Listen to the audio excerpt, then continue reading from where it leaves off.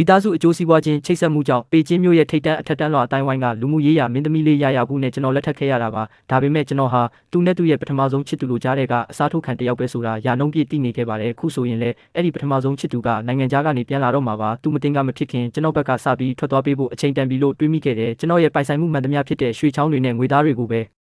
ဲတာမန်ရိုးရိုးအိတ်တလုံးနဲ့ထည့်ယူလာခဲ့တာပါမိသားစုနဲ့ပတ်သက်နေတဲ့ဘာအထောက်ထားမှမကြံခဲ့ချင်တာကြောင့်ကျွန်တော်ရဲ့မှတ်ပုံတင်ကိုပါထားရစ်ခဲ့တဲ့ထွက်ပြေးဖို့အစီအစဉ်ကိုတော်တော်ကြာကတည်းကကြိုတင်ပြင်ဆင်ခဲ့တာပါဝေးလံခေါင်တီးတဲ့မျိုးလေးတစ်မျိုးကိုရွေးချယ်ပြီးအဲ့ဒီမှာပဲတယောက်တည်းဘဝသစ္စာကိုစီစဉ်ထားခဲ့တာပါတကားဝါကနေလှမ်းထွက်တော့မဲ့အချိန်မှာပဲရာကကျွန်တော်ရင်ခွင်နဲ့ရုတ်တရက်တိုးဝင်ဖက်လက်လိုက်ပါတယ်ကျွန်တော်ကိုအပိုင်သိမ်းတဲ့အလားအယူမူဖန်နှန်းလိုက်ပြီးမှကျွန်တော်အိတ်ကိုဆွဲဖွင့်ကြည့်တာပါတန်ရောစင်ရှိလို့ပြောနေတာနဲ့တူပေမဲ့သူ့မျက်လုံးတွေထဲမှာတော့ကျွန်တော်ကိုစမ်းသက်စစ်ဆေးနေတာပါခုချိန်မှာတော့သူ့ရဲ့ဒီလိုတရုပ်ဆောင်မှုတွေကိုတာယိုဖြစ်နေပါပြီတရုပ်ဆောင်တာပြီးဆုံးသွားမဲ့အချိန်ကိုအေးအေးဆေးဆေးစောင့်ဆိုင်ရင်သူ့ကိုယ်တော်စပြီးငုံနှမ်းပေးလိုက်ပါသေးတယ်အဲ့ဒီလိုအတူရောင်ချဟိုတက်တန်လေးနဲ့ကျွန်တော်ကိုယောက်ျားကောင်းလေးလို့ခေါ်လာမဲ့စကားကိုကြိုတင်ရင်ဆိုင်ဖို့ပြင်ထားလိုက်တာပါဒါပေမဲ့သူကတိုးတိုးလေးရေမောလိုက်ရုံပဲလုပ်ခဲ့တာပါသူကကျွန်တော်လက်ကောက်ဝတ်ကိုမြောက်လိုက်ပြီးတီးတက်မှာယူပြုတ်လုပ်ထားတဲ့အတုံးဆောင်တစ်ခုကိုစုပ်ပေးလိုက်ပါတယ်။မောင်ဒီလက်ကောက်ကိုအမှတ်တရဖြစ်အောင်မောင်အတွက်တီးတက်မှာပေးထားတာတန်ရောစင်ရှိရင်ဝတ်ထားပေးတော့ဒီည8 နာရီကြာရင်မောင်ကိုလာကြိုမဲလို့ပြောခဲ့ပါတယ်။ကျွန်တော်နှလုံးသားတစ်ခုလုံးရေခဲရိုက်ခံလိုက်ရတယ်လို့ငြိမ်ကျသွားပေမဲ့စကားတစ်ခွန်းတည်းကိုအနိုင်ညှစ်ထုတ်ပြောလိုက်ရပါတယ်။အင်းမာမွန်လွဲပိုင်းမှာလမ်းကြောင်းတခြားစီသွားမယ်လို့အကြောင်းပြချက်ပေးပြီးသူ့စီကနေလွတ်အောင်ယုံကတခြားကားတစ်စီးပေါ်တုတ်တီးတက်လိုက်ပါတယ်နောက်ကြည့်မှန်တဲ့ကနေတင်းငယ်တစ်ထက်တင်းငယ်သွားတဲ့အဆက်ပြောက်လေးကိုစိုက်ကြည့်နေမိတယ်ကျွန်တော်မျက်လုံးတွေဟာလက်ကောက်ဝိတ်စီရောက်သွားခဲ့တယ်ထွက်သွားဖို့ဆုံးဖြတ်ပြီးမှတော့သူ့ရဲ့လက်ကောက်ကိုတင်းထားစရာအကြောင်းမရှိတော့ပါဘူးထိခိုက်ဒဏ်ရာမရပဲချွတ်ချင်ရင်တော့တီးတက်ထုတ်လုပ်ထားတဲ့တောထဲမှာရမှာပါဒါပေမဲ့ဒီလိုအလုပ်မျိုးကကျွမ်းကျင်ပညာရှင်တော့လိုတာပေါ့အိုင်ဒီယာတစ်ခုကောင်းတဲ့ဖြတ်ခနဲ့ရောက်လာခဲ့တယ်မျိုးတဲကဈေးဝယ်စင်တာတစ်ခုရဲ့ရှေ့တက်မှာလေဒီဈေးဝယ်စင်တာဝင်သွားမှာပဲရက်ပေးပါလို့ရင်မောင်းကိုပြောလိုက်ပါတယ်ဆရာမမဖူးကလမ်းမှာဘာမှမရက်ပေးဖို့မှာထားပါတယ်လို့ရင်မောင်းကပြောပါတယ်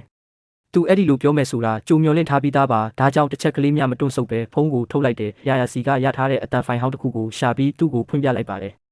်သူ့ကိုလက်ဆောင်အချို့တွားဝယ်ခိုင်းလိုက်ပါရာရဲ့အတန်ထွက်လာတာနဲ့တပြိုင်နက်ရင်မောင်းမှာချွေးစေးတွေပြန်လာခဲ့တယ်သူကားကိုချက်ချင်းထိုးရက်ပေးလိုက်တာပါဒါပေမဲ့ကျွန်တော်လန့်ထွက်လိုက်တာနဲ့သူကညှောင်တိုင်းကပ်ပါလာခဲ့ပါတယ်လက်ကောက်များချုပ်ပေးခြင်းနဲ့ပြင်ဆင်ပေးခြင်းဆိုတဲ့ဆိုင်းဘုတ်ချိတ်ထားတဲ့စတိုးဆိုင်တစ်ဆိုင်ထဲကိုစွန့်စားဝင်လိုက်တဲ့ဆိုင်ပိုင်ရှင်ဖြစ်တဲ့အေးဆက်ပြီးအလေးမထားတတ်တဲ့အဖိုးကြီးကမော့ပင်မကြည့်ပါဘူးလက်ကောက်ဝယ်မလို့လားကျွန်တော်ခေါင်းငိမ့်ပြရင်မှန်ကောက်တာကိုခဏလောက်လှည့်ပတ်ကြည့်ချင်အောင်ဆောင်ပြီးမှဒီတစ်ခုပါလို့ပြောလိုက်ပါတယ်သူလက်ကောက်ကိုထုတ်ပေးချိန်မှာပဲလက်ကောက်ဝတ်ကိုမတိမတာမြောက်ပြလိုက်တယ်အဖကျွန်တော်ဒါကိုဒီလက်မှာဝစ်ချင်လို့ပါဒါပေမဲ့ဒီလက်ကောက်ကိုချွတ်လို့မရဖြစ်နေတယ်ချွတ်ပေးလို့ရမလားဗျာသူကတစ်ဆက်ကလေးမှမတွေးပဲသဘောတူလိုက်ပါတယ်ဒါပေမဲ့ကရိယာပုံကိုငုံယူလိုက်စင်မှာပဲသူ့ရဲ့အကြည့်တွေဟာကျွန်တော်လက်ကောက်ဝတ်ပေါ်ကလက်ကောက်စီရောက်သွားခဲ့တာပါသူ့ရဲ့မျက်နှာမူတာကချက်ချင်းပြောင်းလဲသွားတဲ့မော့ကြည့်ပြီးကျွန်တော်မျက်နှာကိုစစ်ဆက်ကြည့်လိုက်ပါတယ်လူငယ်ဒီလက်ကောက်ချိတ်ကအထူးပြုလုပ်ထားတာပါကိုပိုင်တော့မရှိရင်ထိခိုက်မှုမရှိပဲချွတ်လို့မရဘူးတခုတည်းသောနီလန်ကတော့ဒီချိတ်ကိုဖျက်ဆီးပစ်တာပဲကျွန်တော်ခဏမျှကြက်တေသွားခဲ့တယ်အရေးကျိုးပစ်လိုက်ပါလို့ပြောလိုက်တယ်အခုဆိုရင်အဖိုးကြီးကအရာအလုံးကိုနားလည်သွားခဲ့ပါပြီဒါကိုအဖိုးကြီးကဘလို့လုံးမမှတ်မိပဲရှိပါမလဲလွန်ခဲ့တဲ့နှစ်များစွာကရာဘူးအတွက်ဒီလက်ကောက်ကိုသူကိုယ်တိုင်တီးတဲ့အစင်တစားဖြစ်ပြုလုပ်ပေးခဲ့တာလေသူချစ်တဲ့သူတယောက်တည်းအတွက်ပဲရည်ရွယ်ထားတာပါဒီလူငယ်လေးဟာဒီတန်ရောစင်ပတ်သက်မှုကနေရုံထွက်ဖို့အသေးအတန်စူးစမ်းနေတာကိုအဖိုးကြီးရှင်းရှင်းလင်းလင်းမြင်လိုက်ရတာပါနာယီဝက်ကြပြီးနောက်လက်ကောက်ဟာနောက်ဆုံးတော့ကျွတ်ထွက်သွားခဲ့ပါတယ်မျက်လုံးထဲကဝမ်းမြောက်မှုကိုဖုံးကွယ်လို့မရခဲ့ပါဘူးပတ်စံရှင်းပြီးထွက်သွားဖို့ပြင်လိုက်တယ်ဘာမှမတွေးတော့ပဲရွမ်တန်တရတန်နဲ့အဲ့ဒီလက်ကောက်ကိုအမိုက်ပုံနဲ့တက်ပစ်ထည့်လိုက်ပါတယ်ရင်မောင်းကတော့မင်းတက်ပြီးတန်တရားပေါင်းများစွာနဲ့နောက်ကနေကောက်ပါအောင်လိုက်လာခဲ့တယ်ကားပေါ်ပြန်ရောက်တဲ့ခဏမှာပဲဈေးဝယ်စင်တာအနှံ့ကမျက်နှာပြင်ကြီး၄ခုလုံးမှာထိတ်တန်းဆက်လီဂျူလီယန်ဂျင်ရဲ့မျက်နှာပေါ်ထွက်လာခဲ့ပါတယ်ကျွန်တော်ရင်တစ်ခုလုံးပြုတ်ကျသွားရတာပါဂျူလီယန်ဂျင်ရဲ့ဆိုတာရာရဲ့ပထမဆုံးချစ်သူလေးဖူးမိသားစုကဒီစင်တာရဲ့ရှယ်ယာအများဆုံးကိုပိုင်ဆိုင်ထားတာကြောင့်ဒီကြော်ညာအတွက်ဘယ်သူပတ်စံစိုက်ထုတ်ပေးလဲဆိုတာရှင်းနေတာပဲအဲ့ဒီအချိန်မှာပဲဖုန်းကစက်တိုက်တုန်ခါလာခဲ့တယ်ရာစီကပါကျွန်တော်ရဲ့ဒီနေရာလိုင်းပျောက်သွားတာကိုသူရိပ်မိသွားတာပါဖုန်းကျသွားတော့မယ်ဆဲမှာပဲကျွန်တော်ကင်လိုက်ပါတယ်ဟယ်လိုမောင်ဈေးဝယ်စင်တာကိုရောက်နေတာလားသူ့တန်မှာဘာအရေးရောက်မှမပါပါဘူးပြာခတ်သွားမှုကိုမျိုးသိရင်တင်းပေါက်ပြင်ပေါက်ကိုမေးကြည့်လိုက်တယ်မဟုတ်ပါဘူးလမ်းပိတ်နေလို့ပါခဏမျှတိတ်ဆိတ်သွားပြီးနောက်သူတကယ်ပဲယုံကြည်သွားခဲ့ပါတယ်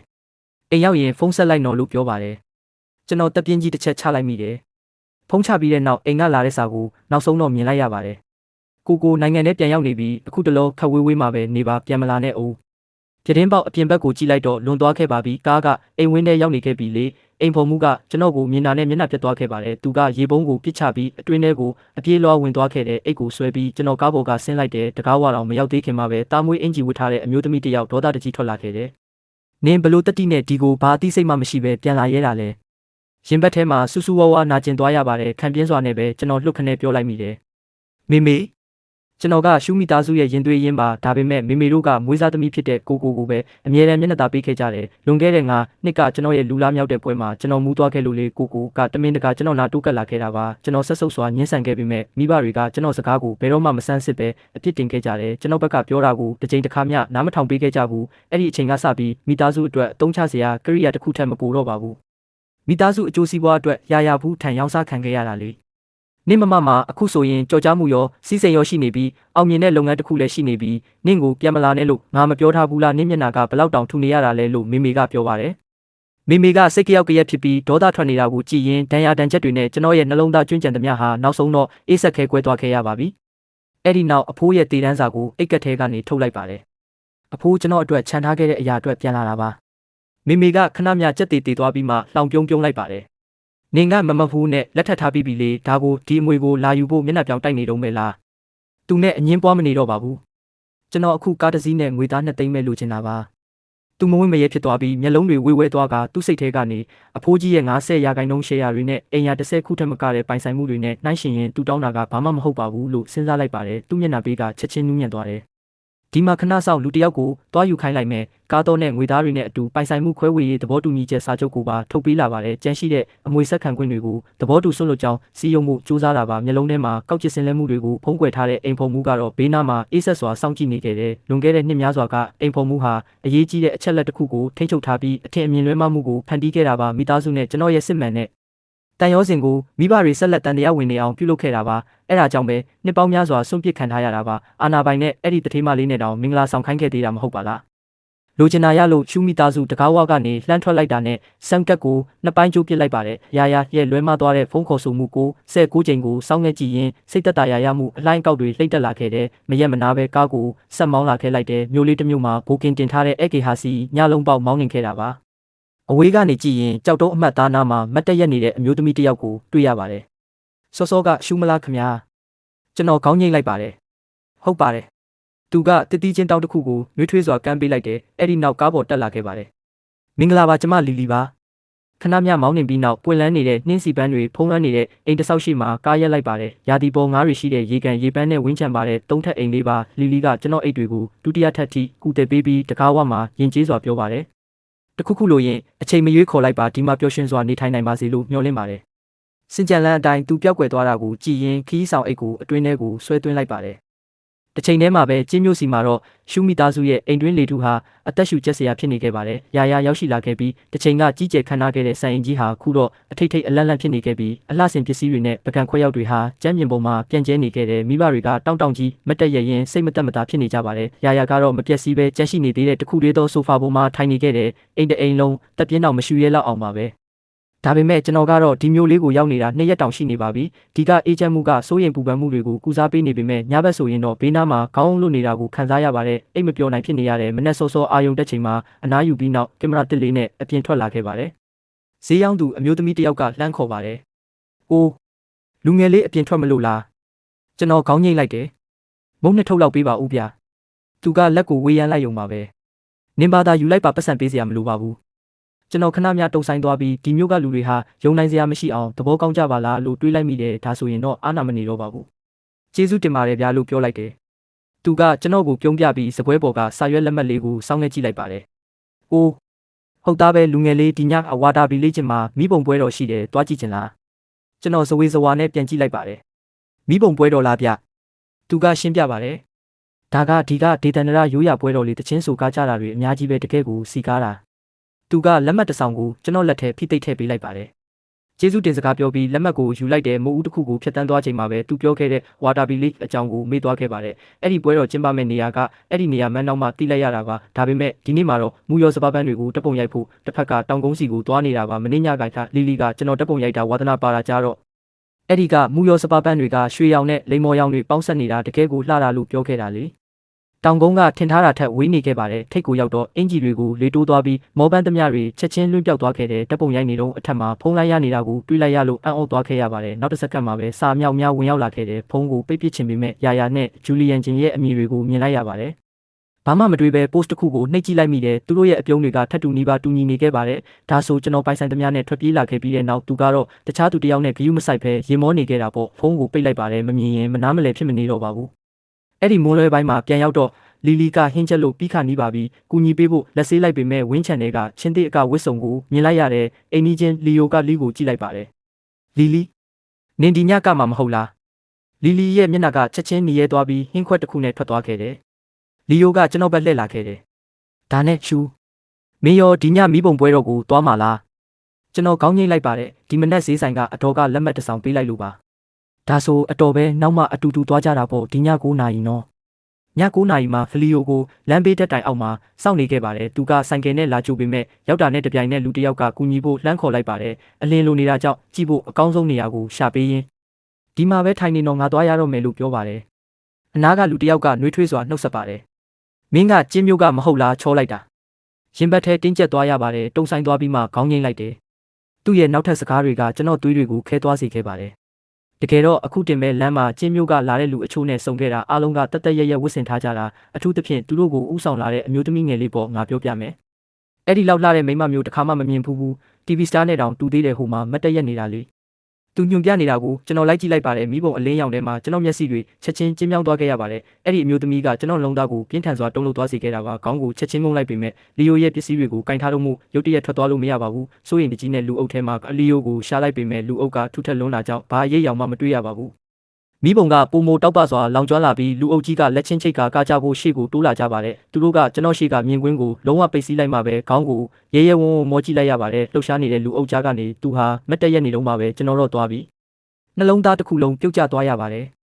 အဲ့ဒီအချိန်မှာပဲချင်းသေးကအဖွဲကတိုးကပ်လာပြီးတယောက်ယောက်ကနှင်းစီပန်းတစ်ပွင့်ကိုကျွန်တော်လက်ထဲဖိသိပ်ထည့်လိုက်ပါတယ်ကြောက်လန့်တကြားနဲ့ကြက်တေတေးနေရင်ချင်းသေးအကထွက်ခွာသွားတာကိုကြည့်နေမိတယ်အဲ့ဒီနောက်လီလီကချင်းသေးဝစ်စုံအောက်ကနေထွက်လာခဲ့တာမို့ကျွန်တော်လုံးဝအံ့အားသင့်သွားခဲ့ရတယ်သူပါလားနှစ်စက္ကန့်မြတုံဆိုင်သွားပြီးမှသူ့နောက်ကိုလိုက်သွားခဲ့ပြီးလက်ထဲကပစ္စည်းအလုံးကိုသူ့လက်ထဲထိုးထည့်လိုက်ပါတယ်လှည့်ကြည့်လိုက်တော့အနီးအနားကစပွဲပေါ်မှာမိတ်ကပ်ပစ္စည်းတွေကိုတွေးလိုက်ရပြီးစမ်းပြတဲ့ idea တစ်ခုရောက်လာခဲ့တယ်ဒါကိုပြစီကဝယ်လို့ရမလားလီလီကစောင်းခဲ့ကြည့်ပြီးတုံးလိုက်ပါဝယ်စရာမလိုပါဘူးလို့ပြောပါတယ်ကျွန်တော်အများကြီးသုံးမိမှာပါလို့ပြောလိုက်တော့သူကရေလိုက်ပါတယ်ဟာရပါတယ်သုံးပါဒါဆိုမမအရင်သွားတော့မယ်နော်ထွက်သွားရင်တကားပိတ်ခဲ့သူထွက်သွားတာနဲ့မိတ်ကပ်စက်ကူကိုယူပြီးမျက်နှာပေါ်အလင်းအမြန်တုပ်လိမ့်လိုက်ပါတယ်အဲ့ဒီနောက်အောက်မှာရွှန်းနဲ့ရတင်ထားခဲ့ပြီးတကားကိုပိတ်ကခိုးထွက်လာခဲ့ပါတယ်မြို့ရဲ့လမ်းတွေကလှည့်ကွက်တွေများလာပါတယ်ပြပြတလဲစိတ်နဲ့ဘယ်လမ်းသွားလို့သွားမှမသိပဲရှောက်သွားနေမိတယ်မသိလိုက်ခင်မှာပဲစတင်ခဲ့တဲ့နေရာကိုပြန်ရောက်နေခဲ့ပြီးငါစောစောကဒီမှာရှိနေတာမဟုတ်ဘူးလားနေရမှာအမှတ်သားလှုပ်လိုက်စင်မှာပဲဘေးဘက်ကနေရိတ်ခနဲချင်းကပ်လာတဲ့အရေးတစ်ခုကိုတွေးလိုက်ရပါတယ်နှလုံးခုန်တန်တွေမြန်ဆန်လာခဲ့တဲ့မကြေမနက်ဖြစ်နေတဲ့အတန်တစ်ခုကနားရဲတိုးဝင်လာခဲ့ပါတယ်အီတန်မင်းလမ်းပြောက်နေတာလားကျွန်တော်လက်သီးတွေချက်ချင်းတင်းကျပ်သွားခဲ့ရပါတယ်စိတ်အာယုံတိုင်းထွက်ပြေးဖို့ကြိုးစားလိုက်ပေမဲ့သူကခြေလမ်းကျဲကျဲနဲ့လာပြီးကျွန်တော်လမ်းကိုပိတ်စီးလိုက်ပါတယ်အီတန်နင်ဘာလို့ထွက်ပြေးနေတာလဲကျွန်တော်စိတ်လှုပ်ရှားစွာနဲ့တရွေးမျိုးချလိုက်မိတယ်မင်းငါ့ကိုလိုက်နေတာလေဒါကြောင့်ထွက်ပြေးတာပေါ့လို့ပြောလိုက်တယ်ကျွန်တော်အံ့ဩသွားရတာကအဲ့ဒီစကားကြောင့်သူစိတ်ပြက်လက်ပြက်ရေမောလိုက်တာပါပဲသူကကျွန်တော်လက်မောင်းကိုပုံမတင်းကျပ်စွာဆုပ်ကိုင်လိုက်ပါတယ်အီတန်ဆော်လိုဝါဘီမဟုတ်လားငါနဲ့အတူအိမ်ပြန်ရအောင်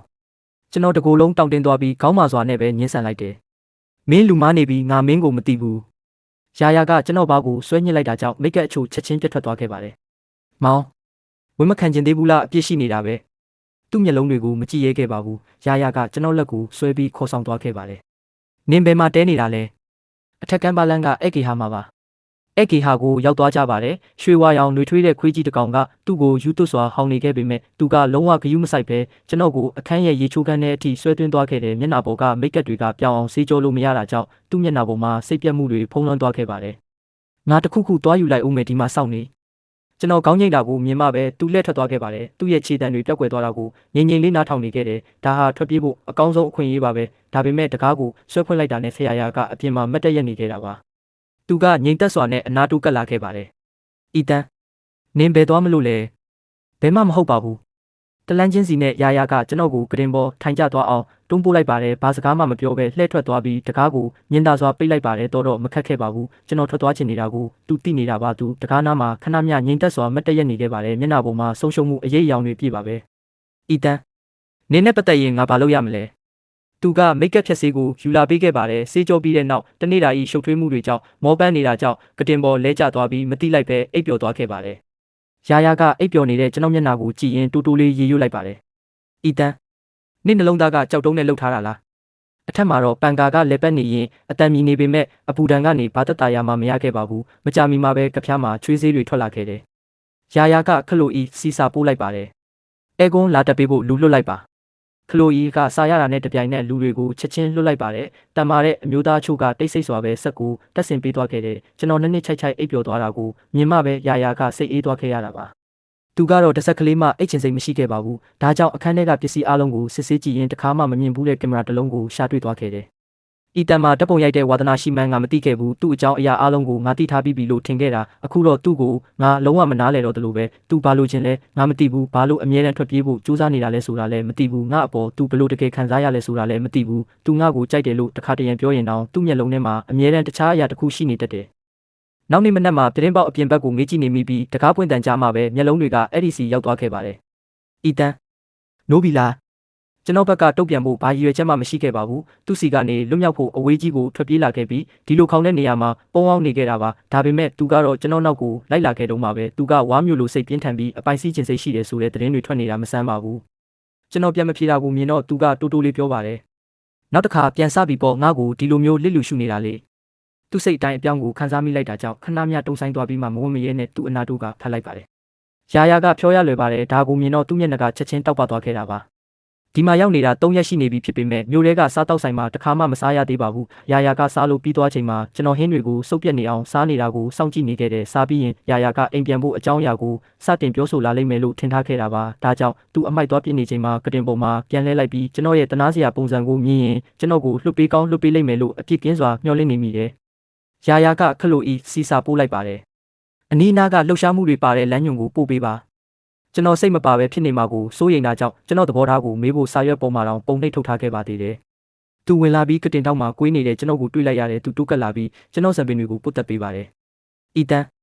်လွန်ခဲ့တဲ့ရက်ပိုင်းကဘာတွေလုပ်နေခဲ့တာလဲ။ကျွန်တော်စိတ်ပြက်နေတာကြောင့်ဘာမှမပြောချင်ခဲ့ပါဘူး။ဒါပေမဲ့ရာရာကလည်းထပ်ပြီးမမေးတော့ပါဘူး။ခက်တန်းတန်းပဲကျွန်တော်ပြောလိုက်တယ်။ဒီအနားမှာဓာတ်ပုံအချို့ရိုက်တယ်ငားများတယ်စိတ်တစရုပ်လုပ်တယ်။ရာရာကတေချာစွာနားထောင်ရင်းလမ်းညွန်ပေါ်ကစည်ရင်းတွေကိုစကန်ဖက်ကကျွန်တော်လုပ်ပြီးသားအရာတွေကိုဖောင်တိန်နဲ့ချစ်ထုတ်လိုက်ပါတယ်။အီတန်ဒီနေ့အထူးသဖြင့်လှုပ်ချင်တာမျိုးရှိလား။ကျွန်တော်စကားပြောတော့မလို့လှုပ်ပေမဲ့တခုခုကခေါင်းထဲရုတ်တရက်ဝင်လာခဲ့တာကြောင့်မျက်လုံးထဲကအလင်းရောင်တွေပြန်လဲမှိမ့်မိန်သွားခဲ့ပါတယ်။တခုတော့ရှိခဲ့တယ်အခုတော့မရှိတော့ပါဘူး။လီလီကအနီးအနားကဆေးဝါးဆိုင်လေးအကြောင်းပြောပြခဲ့ပူပါတယ်။အဲ့ဒီမှာတဘာဝပါဝင်ပစ္စည်းတွေကိုတုံးပြီးကိုပိုင်ချင်းပစ္စည်းပြုလုပ်လို့ရတယ်တဲ့လွန်ခဲ့တဲ့ရက်ပိုင်းကချင်းတွေအပြင်းထန်တိုက်ခံခဲ့ရတာကြောင့်စမ်းကြည့်ချင်ခဲ့တာပါအခုတော့မလိုအပ်တော့ဘူးထင်ပါတယ်။ကျွန်တော်ရဲ့ညှဉ်းဆန်မှုကိုမြင်တော့ရာရာကလည်းစိတ်အားထက်သန်မှုတွေပျောက်ဆုံးသွားခဲ့ပါတယ်။အီတန်နေငါ့ကိုဒေါသထွက်အောင်လုပ်နေတာလား။ကျွန်တော်ရက်တန့်သွားပြီးသူ့ရဲ့နီးကပ်မှုကိုမတွန်းလှန်တော့ပါဘူး။ရာရာကတခါတရံစာကြောက်ဖို့ကောင်းတတ်ပါတယ်။အထူးသဖြင့်ထွက်ပြေးဖို့ကြိုးစားပြီးတိုင်းမိသွားတဲ့အချိန်တွေမှာပေါ့ထွက်သွားဖို့အမြဲတမ်းအတင်းကျပ်လုပ်နေတာကိုမြင်ရတိုင်းသူဟာအထူးသဖြင့်နာကျင်နေပုံရပါတယ်။သူ့ရဲ့တိတ်ဆိတ်မှုကကျွန်တော်ရင်ဘတ်ပေါ်မှာအမြဲတမ်းလေးလံစွာဖိစီးနေခဲ့တာပါ။ဒါဟာအပြစ်ရှိစိတ်လားသို့မဟုတ်အသက်ရှူကျပ်မှုလားဆိုတာမဝေခွဲနိုင်ခဲ့ပါဘူးအီတန်။ငါ့ကိုလစ်လူမရှိပါနဲ့နင်ပါလို့ချင်တာလဲငါပေးနိုင်သမျှပေးပါမယ်ကျွန်တော်မျက်လုံးတွေဝေးဝဲသွားခဲ့တယ်ခဏမျှတုံဆိုင်သွားပြီးမှတူတူလေးပြောလိုက်ပါတယ်ငါကွာရှင်းချင်တယ်ရာရာကတော့အပြည့်အဝနားမလဲပဲကျွန်တော်လက်မောင်းကိုညင်သာစွာချိတ်တွဲလိုက်ပါတယ်ရင်ဘတ်ထဲမှာထူဆန်းတဲ့ဖီအားတစ်ခုတိုးပွားလာခဲ့တယ်လဲချောင်းရှင်းလိုက်ပြီးတာမန်အတန်နဲ့ထပ်ပြောဖို့ပြင်လိုက်ပါတယ်ဒါပေမဲ့နှက်ခမ်းကိုဟာလိုက်ယုံရှိသေးမျက်လုံးတွေကရာရာရဲ့ခြောက်ချားဖွယ်ရာဆူရှားတဲ့အကြည့်တွေနဲ့ရုတ်တရက်ဆုံတွေ့သွားခဲ့ပါတယ်နှလုံးခုန်တန်နှစ်ချက်မြလွဲမသွားခဲ့ရပါတယ်ရှာဖျားပေါ်ကစကားတွေကိုပြန်လည်မျိုးသိမ့်လိုက်ရပြီးအကြည့်တွေမတက်မတာဖြစ်သွားခဲ့ရတဲ့စိတ်ထဲတော်တော်ကြာစဉ်းစားပြီးမှနောက်ဆုံးတော့ပြောလိုက်ပါတယ်ငါခဏလောက်တယောက်တည်းနေချင်တယ်ရာရာကဘာမှမပြောပါဘူးကျွန်တော်ကိုစိတ်ပြက်လက်ပြက်မျက်နှာပေးနေပဲစိုက်ကြည့်နေခဲ့တယ်အချိန်ဘလောက်ကုန်လုံးသွားမှန်းမသိပါဘူးသူကတိုးတိုးလေးရေရွတ်ပါတယ်မရဘူးမွန်းကျက်နေတဲ့စိတ်ပြက်မှုတွေရင်ဘတ်ထဲမှာတိုးတက်လာခဲ့တယ်ဘာမှမတွေးပဲသူ့နှဖူးကိုတာမန်လေးတွန်းထုတ်လိုက်မိရမှာသူကကျွန်တော်လက်ချောင်းကိုဖမ်းဆွဲလိုက်ပါတယ်စိတ်မကောင်းဖြစ်မှုအရေးအယောင်စခုမျက်လုံးထဲဖြစ်ပြေးသွားပြီးသူ့မျက်လုံးတွေကိုမကြည့်ရဲပဲလွှဲဖယ်လိုက်မိတယ်ကျွန်တော်ဒီလိုဖြစ်နေတာကိုမြင်တော့ရာရာရဲ့နှလုံးသားကနူးညံ့သွားခဲ့ပါတယ်သူကအီတန်မှာငါ့ကိုဆွဲဆောင်နိုင်တဲ့တေးစီနိုင်တဲ့အစွမ်းရှိတယ်သူလှုပ်သမျှတင်းငယ်တဲ့လှုပ်ရှားမှုတိုင်းကငါနှလုံးသားကိုဆွဲကင်လှုပ်ရှားနေတာပဲလို့တွေးလိုက်ပါတယ်အီတန်တခြားဆူတောင်းတစ်ခုကိုရွေးပါလို့ပြောပါတယ်ဘယ်တော့မှဖြစ်မလာနိုင်တဲ့အရာတစ်ခုကိုတောင်းဆိုနေရတာဘာအဓိပ္ပာယ်ရှိမှလဲလို့တွေးမိခဲ့တယ်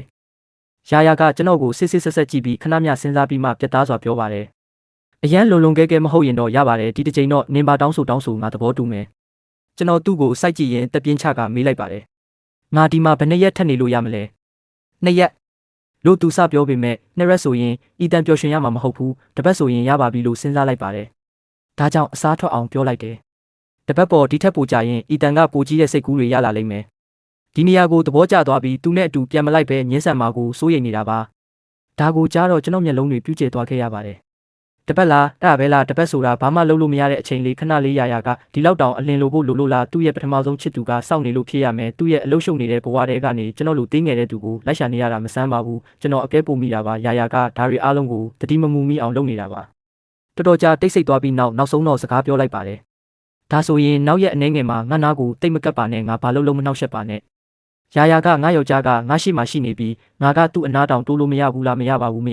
ါညင်းတယ်ဒါပေမဲ့အီတန်ကအဲ့ဒီခွေးကလေးလိုမျက်လုံးတွေနဲ့ငါ့ကိုကြည့်နေတာလေအင်းပါစကားတွေကထွက်သွားပြီးပြီပဲငါကဂရိဖြတ်တဲ့သူမဟုတ်ပါဘူးသူ့သဘောအတိုင်းပေးလိုက်ပါမယ်လို့တွေးလိုက်ပါတယ်တောင်ပေါ်မှာပုံကွယ်နေတဲ့စေဝါဆိုင်စီသွားဖို့ဆုံးဖြတ်လိုက်ပါတယ်ဒီမှာအနည်းဆုံး9ရက်ထက်ရှိနေသေးတာကြောင့်ချင်းတွေကိုဆက်ပြီးအစာကျွေးမနေချင်တော့ပါဘူးကောင်းပြီမင်းအတွက်ထပ်မံထွက်ခွာခြင်းပေါ့လို့တယောက်ကပြောပါတယ်လှည့်ကြည့်လိုက်တော့တကားနားမှာမတ်တက်ရက်နေတဲ့ရာကိုတွေးလိုက်ရပါတယ်မချေမနှက်ဖြစ်နေတဲ့ပုံစံနဲ့ကျွန်တော်ကိုစိုက်ကြည့်နေတာပါခက်အေးအတင်းကျပ်ပြုံးပြလိုက်ပြီးလောင်ပြုံးတစ်ချက်ပြုံးကစကားတခုမှမပြောဘဲခဲဖို့ခတ်ဝင်နှန်းနောက်ကိုလိုက်သွားခဲ့ပါတယ်ရာကဒေါသတကြီးသွားကြိတ်လိုက်ပေမဲ့နောက်ဆုံးတော့ကျွန်တော်ကြောပြင်ကိုမျက်နှာမဲ့ပြရင်မုန်းမရဲနဲ့လိုက်လာခဲ့ပါတယ်ရာနီးကပ်လာတာနဲ့အမျှကေဘယ်ကားဝင်နှန်းနဲ့ပြောနေတဲ့စကားတွေကိုကြားလိုက်ရပါတယ်တွဲကားနှစ်စီးတီးတန့်သုံးလို့ရမလားကျွန်တော်သူ့နဲ့တီးတန့်ထိုင်ခြင်းလို့ပါဟက်အပိုတစီမောင်းပေးတာတောင်ကူညီပေးထားတာပါရာကနည်းနည်းစိတ်တူသွားပြီးကျွန်တော်လက်မောင်းကိုတွဲလိုက်ပါတယ်အတွင်းထဲမှာဒေါသထွက်နေတာပါဝန်ထမ်းထွက်သွားတာနဲ့တပြိုင်နက်သူ့ကိုချက်ချင်းတွန်းထုတ်လိုက်ပြီးကေဘယ်ကားတဲ့ကိုတယောက်တည်းတက်လိုက်ပါတယ်ရာကလည်းကျွန်တော်နောက်ကနေချက်ချင်းလိုက်ဝင်လာခဲ့တာပါကျွန်တော်ရှိမှလွတ်နေတဲ့ထိုင်ကုန်ရှိတာထင်ရှားနေပေမဲ့သူကကျွန်တော်ဘေးမှာတင်အတင်းကျပ်တိုးဝင်ထိုင်ခဲ့ပါတယ်အမှန်တကယ်တော့ကျွန်တော်ကိုလုံးဝမတက်မတာဖြစ်စေခဲ့တာပါဒါပေမဲ့တာမန်အချိန်မှာအမြဲတမ်းစူးစမ်းလေ့လာတတ်တဲ့ရာကဘာကိုမှသတိမထားမိသလိုပြုမှုနေပြီးကျွန်တော်ရဲ့ခန္ဓာကိုယ်အရွယ်စားကိုပင်လစ်လူရှုထားခဲ့ပါတယ်အသေးလေးမင်းလိုချင်ရင်သူ့ကိုအလုတ်ကထုတ်ပစ်လိုက်မယ်ကျေးဇူးပြုပြီးစိတ်မဆိုးပါနဲ့နော်လို့ပြောပါတယ်ကျွန်တော်ကြက်တီသွားခဲ့ရပြီးရုတ်တရက်မတက်ရက်နေတဲ့ကေဘယ်ကားဝန်ထမ်းကိုလှည့်ကြည့်လိုက်ပါတယ်မလိုပါဘူးလို့ပြောလိုက်တယ်မောင်ရဲ့လို့သူကပြောပါတယ်မောင်ကတခြားသူတွေပေါ်ကြတော့အရန်နူးညံ့ပြီးနားလဲပေးတတ်တာဘာလို့ငါကြတော့အဲ့ဒီလိုစာနာမှုမျိုးတစ်ခါမှမပေးတာလဲသူ့ကိုငိမ့်သက်စွာစိုက်ကြည့်ရင်ဒါကဘာမှမတိတ်ပဲမရှိဘူးမင်းကအရာအလုံးရှိနေတဲ့တထေးမလေးမင်းမိသားစုတွေကလူတိုင်းကမင်းလှမ်းလျှောက်တဲ့မြေကြီးကိုပင်ကိုးကွယ်ကြမှာဘာအရာကငါရဲ့စာနာမှုဒါမှမဟုတ်ထဲတွက်မှုကိုထိုက်တန်စေတာလဲလို့တွေးနေမိတယ်ကြန့်ရှိတဲ့လန်ခီကိုတိတ်ဆိတ်စွာမောင်းနှင်ခဲ့ကြပါတယ်ကေဘယ်ကားရောက်တာနဲ့တပြိုင်နက်ကျွန်တော်အလင်းအမြန်ဆင်းလိုက်ပြီးရာနဲ့အကွာအဝေးတစ်ခုထားလိုက်ပါတယ်ဒါပေမဲ့မကြမီမှာပဲမတက်ရက်လိုက်ရတယ်ကျွန်တော်မှလမ်းကြောင်းဆိုင်ရာအတိလုံးဝမရှိတာကြောင့်ပါအီတန်နင်းတခြားသူရဲ့အိမ်ကိုတွားလဲဖို့ပြင်းနေတာလားနှာခေါင်းကိုပုတ်လိုက်ရင်နည်းနည်းရှက်ရွံ့သွားခဲ့ရပါတယ်လီကကျွန်တော်ရောက်တဲ့နေ့ကပြောပြခဲ့တာပါတောင်ရဲ့အလဲဘဟုကိုလွန်သွားရင်အထက်ပိုင်းမှာနေထိုင်သူတွေကသူတို့ရဲ့တီးတက်လွတ်လပ်မှုကိုအလွန်တန်ဖိုးထားကြပြီးအိမ်ထဲကိုတက်ဝင်လာသူတွေကိုအလွန်စိတ်ဆိုးတက်ကြတဲ့တယောက်ရောက်ဝင်လာရင်အစဲခံရတာကအနည်းဆုံးပါပဲအချို့ဆိုရင်ခိုးသူလို့ထင်ပြီးတုံးနဲ့တောင်လိုက်ရိုက်တက်ကြတာပါကျွန်တော်ရဲ့ပြာခတ်သွားတဲ့တုတ်ပြန်မှုကိုမြင်တော့ရာက2စက္ကန့်မြရက်တန့်သွားပြီးမှပြောပါတယ်မြန်သွားရအောင်တုံဆိုင်မနေပဲရာကလှည့်ပြီးကျွန်တော်နဲ့အတူထွက်သွားခဲ့ပါတယ်မြေပုံကိုထုတ်ပြီးသူ့လက်ထဲထိုးပေးလိုက်တဲ့တောင်ပေါ်မှာလိုင်းမရတာကြောင့်အဖက်ကအတုံးမဝင်ပါဘူးရာမှာကောင်းမွန်တဲ့လမ်းကြောင်းဆိုင်ရာသိရှိတာကြောင့်သူ့ကိုပဲလမ်းပြခိုင်းလိုက်ပါတယ်ဒီပါလာတဲ့လမ်းပြစနစ်ကိုအသုံးချလိုက်တာပိုကောင်းတာပေါ့စေဝါဆိုင်ကရှေးဟောင်းစီကားမှုအရသာကိုထိမ့်သိမ်းထားတဲ့ရိုးရာအိမ်ဟောင်းလေးတစ်ခုဖြစ်နေခဲ့ပါတယ်ဆိုင်ပိုင်ရှင်နောက်ကိုလိုက်ဝင်တော့မဲ့အချိန်မှာပဲနောက်ကနေတယောက်ကဆွဲလိုက်ပါတယ်ရာကအေးဆေးစွာပဲကျွန်တော်အင်ဂျီတွေကိုတက်တက်ရက်ပြင်ပေးလိုက်ပါတယ်2စက္ကန့်မြတောင်းတင်းသွားခဲ့ရပြီးရင်ဘတ်ထဲမှာထူးဆန်းတဲ့ခန်းစားချက်တစ်ခုတိုးဝင်လာခဲ့တယ်အဲ့ဒီအချိန်မှာပဲအဖိုးလင်းရဲ့အတန်ကအတွင်းထဲကနေထွက်ပေါ်လာခဲ့ပါတယ်ဝင်ခဲ့ပါဟုတ်ကဲ့လို့ပြန်ဖြေပြီးအတွင်းထဲကိုအလျင်အမြန်ဝင်သွားခဲ့ပါတယ်အတွင်းခန်းကကျယ်ဝန်းပြီးတိုင်းရင်းစေးဝါးတွေကိုအန်ဆွဲသေးလေးတွေထဲမှာတက်တက်ရက်စီစဉ်ထားခဲ့တာပါကျွန်တော်ရဲ့စိတ်ဝင်စားမှုကချက်ချင်းမြင့်တက်သွားခဲ့ပါတယ်ကျွန်တော်ထိုင်လိုက်တာနဲ့တပြိုင်နက်ရာကလည်းဘေးနားကထိုင်ကုန်မှာဝင်ထိုင်လိုက်ပါတယ်အဖိုးလင်းကိုကျွန်တော်လိုအပ်တာတွေကိုရှင်းပြလိုက်တယ်သူကအနီးနားကစပွဲတစ်ခုကိုညွှန်ပြရင်အဲ့ဒီစပွဲပေါ်မှာပစ္စည်းတွေရှိတယ်ကိုပိုင်ချင်းပစ္စည်းအိတ်ကိုစမ်းပြီးရောဆက်ကြည့်လို့ရတယ်ဘေးနားမှာညွှန်ကြားချက်တွေနဲ့အမျိုးအစားအများကြီးရှိတယ်လို့ပြောပါတယ်အဖိုးလင်းပေးလိုက်တဲ့ကရိယာပုံကိုယူလိုက်တဲ့ရာကတော့လိမ္မာပါးနှက်စွာနဲ့ကျွန်တော်ကိုမနှောက်ယှက်ခဲ့ပါဘူးသူ့မျက်လုံးတွေကစပွဲပေါ်ကရောဆက်နီးညွှန်ကြားချက်တွေကိုကြည့်လိုက်ရုံပါပဲအဲ့ဒီနောက်ဇာကနာကိုကောက်ယူပြီးအရှိကပကံလုံးအသေးလေးနဲ့ပါဝင်ပစ္စည်းတွေကိုစတင်ချိန်တွေလိုက်ပါတယ်ဒါကိုမြင်တော့ကျွန်တော်ကဟင်ဘာလို့သူကဒါကိုအတော်လေးကျွမ်းကျင်နေတယ်လို့ဖြစ်နေတာလဲလို့တွေးလိုက်မိတယ်ရာကကျွန်တော်ရဲ့ဇဝေဇဝါအကြည့်ကိုတတိထားမိသွားခဲ့ပါတယ်သူကပျော်ရွှင်စွာပြုံးလိုက်ရင်ငါဆေးအိတ်မလုပ်ဘူးပါဘူးဒါပေမဲ့တခြားပစ္စည်းများကြီးနဲ့စော့ဖူးတယ်ငငယ်ကအတိမကျွေသေးတော့အင်တာနက်မှာရှာတွေ့တဲ့ရှားရမှုမုံနီလန်းတွေကိုရက်ဆက်ရောဆက်နေခဲ့တာလေးလို့တွေးလိုက်ပါတယ် နှစ်နာရီကြာပြီးနောက်စိတ်ကျေနပ်စရာကောင်းတဲ့စိတ်အိတ်တစ်ခုကိုနောက်ဆုံးတော့ပြီးစီးသွားခဲ့ပါတယ်ဒီအောင်မြင်မှုခံစားချက်ကိုမျှဝေဖို့အနားမှာရှိနေသူကရာတယောက်တည်းပဲရှိတာကိုသိလိုက်ရတယ်သူ့ဘက်လှည့်လိုက်ပါတယ်ငါလှုပ်လို့ပြီးပြီဝါငါအီတန်ကအံ့ဩဖို့ကောင်းလိုက်တာရာရဲ့မျက်လုံးတွေတောက်ပသွားပြီးကျွန်တော်ကိုမဆိုင်မတွာချီးမွမ်းလိုက်ပါတယ်ကျွန်တော်ဘဝကလည်းတစ်ချိန်ကပျော်ရွှင်မှုတွေနဲ့ပြည့်နှက်နေခဲ့တာပါဒါပေမဲ့အသက်18နှစ်ပြည့်ပြီးတဲ့နောက်မိဘတွေကမင်းကျိုးအတွက်ပါလို့အမြဲပြောရင်းကျွန်တော်ကိုအကန့်အသတ်မရှိဆုံးမခဲ့ကြတယ်တခြားသူဘက်ကနေပါပြီးကျွန်တော်ကိုအပြစ်တင်ခဲ့ကြတယ်မတရားအပြစ်ဖို့ခဲ့ကြတာတစ်ချိန်မကပါဘူးနာကျင်စရာတရားမှုတွေပြန်လည်လှိုင်းထလာခဲ့ပါတယ်အဖိုးလေးမပြန်လာခင်စပွဲပေါ်ကရှုပ်ပွားနေတာတွေကိုတင်စီဖို့အနာကကရိယာကိုကောက်ယူလိုက်ပါတယ်ရာကကျွန်တော်လက်ထဲကအဝစ်ကိုတာမန်တိုင်းယူလိုက်ပါတယ်အီတန်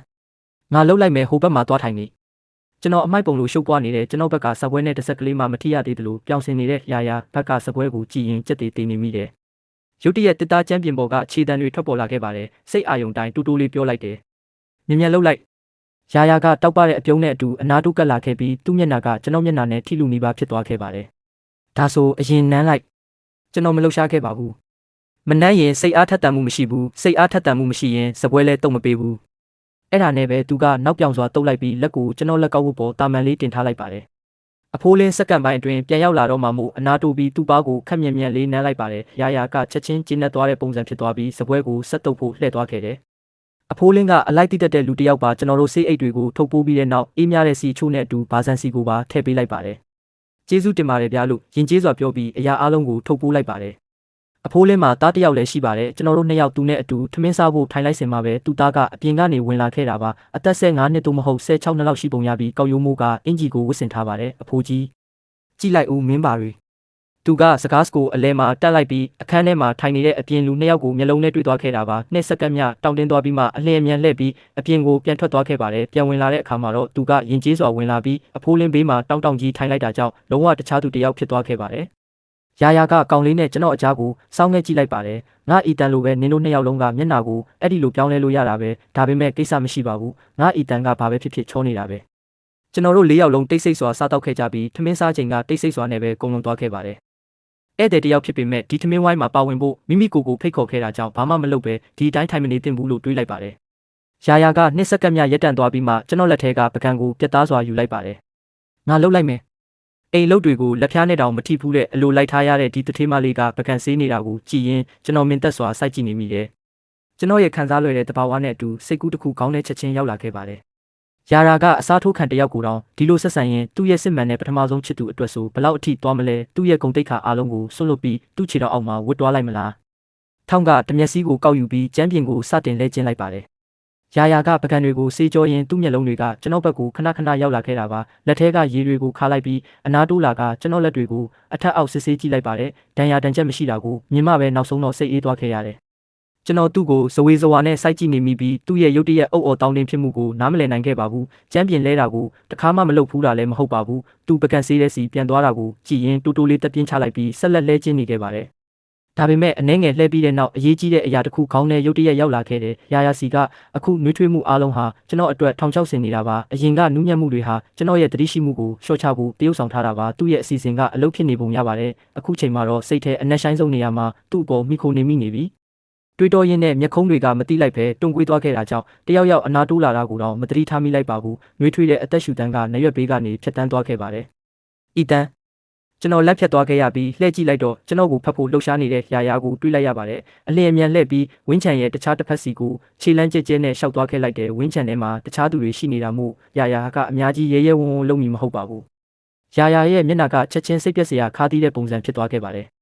်သူကအခုမှပဲအချစ်ကြောင့်ဒုက္ခရောက်ရတယ်ဆိုတာလူတွေဘာကိုဆိုလိုတာလဲဆိုတာငါနားလည်သွားပြီးငါနှလုံးသားနာကျင်ရတယ်ငါကမပိုင်ဆိုင်နိုင်တဲ့သူတယောက်ကိုချစ်မိနေတဲ့အယူတယောက်ပဲဒါပေမဲ့သူ့ကိုဆက်ပြီးချစ်နေတော့တွေးလိုက်ပါတယ်သူ့ရဲ့အတွင်းစိတ်ကဒီလောက်ထိနှဆိုင်နေတာကိုကျွန်တော်မသိခဲ့ပါဘူးလဲကျင်းတာပြီးသွားရင်တတိရှိနေဖို့သူ့ရဲ့ဆွဲဆောင်မှုကြောင့်စိတ်ကူးတွေလွယ်လွယ်နဲ့မရှုပ်ထွေးသွားစေဖို့မိမိကိုယ်ဆက်လက်တတိပေးနေခဲ့ပါတယ်သူ့ကိုအနာတိုးခွင့်မပေးဘဲတမင်တကာအကွာဝေးထားရှိဖို့လိုအပ်ပါတယ်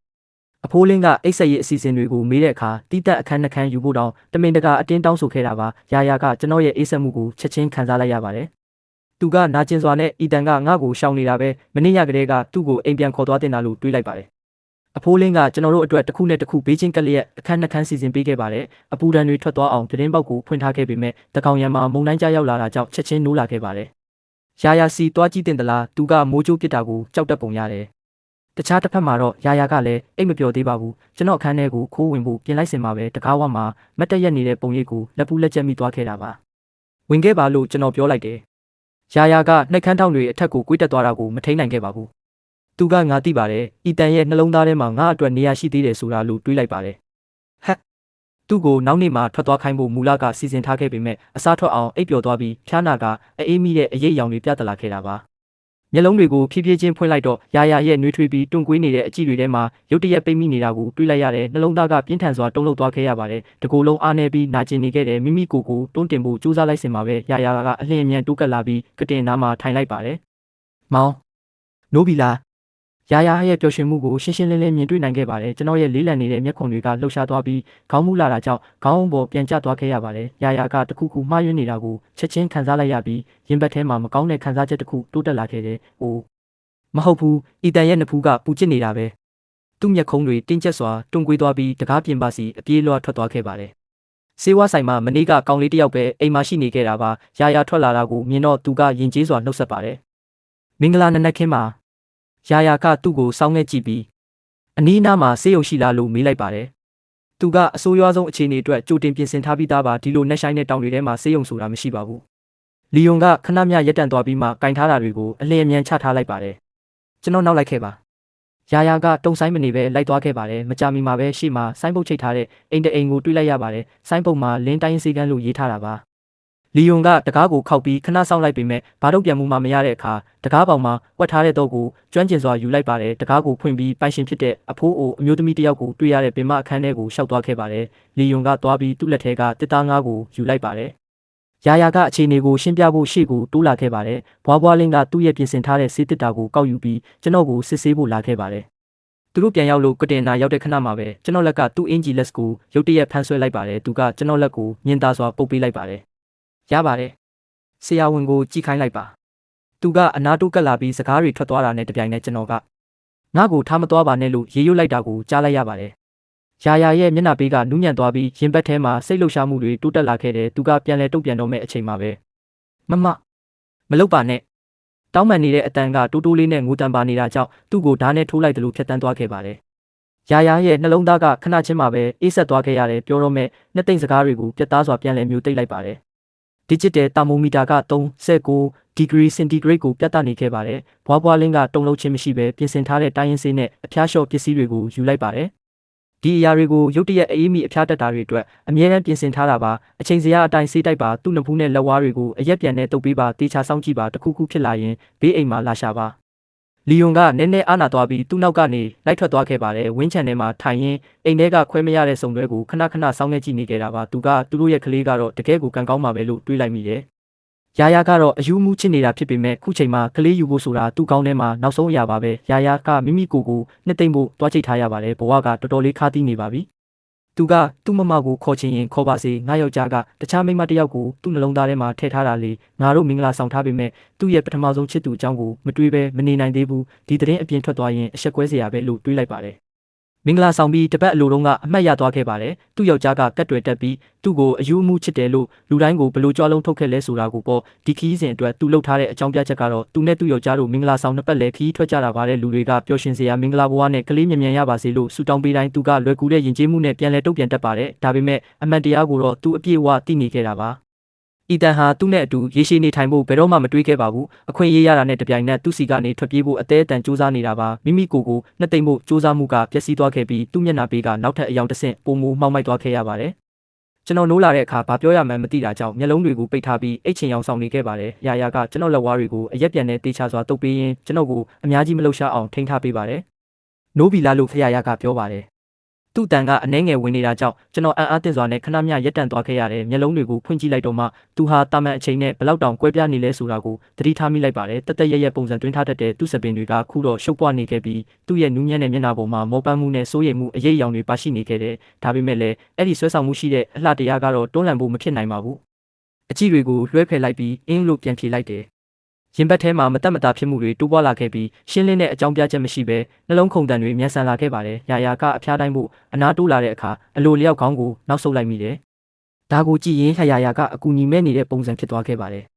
သူကငါသူ့ကိုနမ်းကျင်ပေမဲ့မနေ့ကမှသူ့ရဲ့မတိတ်ပဲမရှိတဲ့အခြေအနေတွေကိုသဘောတူထားတာလေအခုအမှန်တကယ်နမ်းလိုက်ရင်သူ့မျက်လုံးထဲမှာကြန့်ရှိနေသေးတဲ့ငါရဲ့ရိမ့်ရိုင်နေတဲ့ပုံရိပ်ကနောက်ထပ်ထိခိုက်မှုရသွားလိမ့်မယ်လို့တွေးလိုက်ပါတယ်နောက်ဆုံးတော့သူကသူ့နှစ်ဖူးကိုကျွန်တော်နှစ်ဖူးနဲ့ညင်သာစွာဖိတ်ကပ်လိုက်ပါတယ်အရင်ကတော့မပူတော့ပါဘူးဒါဆိုသူကအဖျားတိုင်းနေတာပေါ့ကျွန်တော်သူ့ကိုအထင်လွဲမိတာပါရာရာကပါလာတဲ့ဆောင်ကိုဆွဲယူပြီးကျွန်တော်ပတ်လည်မှာခြုံပေးလိုက်ပါတယ်အနားယူလိုက်ပါအီတန်ငါသွားပြီးစားစရာတစ်ခုခုယူပေးမယ်ဒီကလူတွေကတနေ့ကိုနှစ်နက်ပဲစားကြတာပါရာရာကမီးဖိုချောင်ကိုငါပြီးဟင်းသီးဟင်းရွက်ဆန်ပြုတ်တစုံချက်ပြုတ်လိုက်ပါတယ်အဲ့ဒီနောက်ဇွန်းနဲ့ခက်ယူပြီးအေးသွားအောင်မှုတ်ပေးကအခန်းထဲကိုယူဆောင်လာပြီးကျွန်တော်ကိုတစုံချင်းစီခွင့်ကျွေးခဲ့ပါတယ်ကျွန်တော်တို့မင်္ဂလာဆောင်ခါစားတုန်းကကျွန်တော်အပြင်းထန်ဖျားနာခဲ့ပူပါတယ်အဲ့ဒီတုန်းကသူ့အတွက်ဝင်ထုတ်ဝင်ဖို့ဖြစ်မှာကိုအမြဲတမ်းကြောက်ရွံ့ခဲ့တာကြောင့်သူမသိအောင်မတက်မတာခံစားချက်တွေကိုအန်ဂျိတ်အောက်စီထားခဲ့မိတယ်သူတည်သွားတဲ့အခါကျွန်တော်ကိုစေးရုံစီအပြေးလွှားခေါ်သွားခဲ့ပြီးကျွန်တော်အတွက်ကျန်းမာရေးအစားအသောက်အစီအစဉ်တစ်ခုလုံးကိုဆွဲပေးခဲ့တယ်အာဟာရဆရာတယောက်ကိုငှားရမ်းပြီးအစားအသောက်တွေကိုစီစဉ်ပေးခဲ့တယ်လို့ပုံကိုရေးနီးပြတယောက်ကိုလည်းငှားရမ်းပေးခဲ့ပါတယ်အများကြီးစားခြင်းသေးလား